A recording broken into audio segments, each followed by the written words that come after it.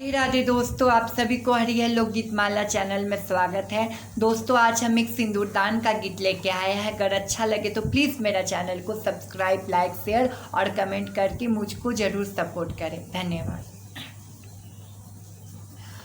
काई को से चमके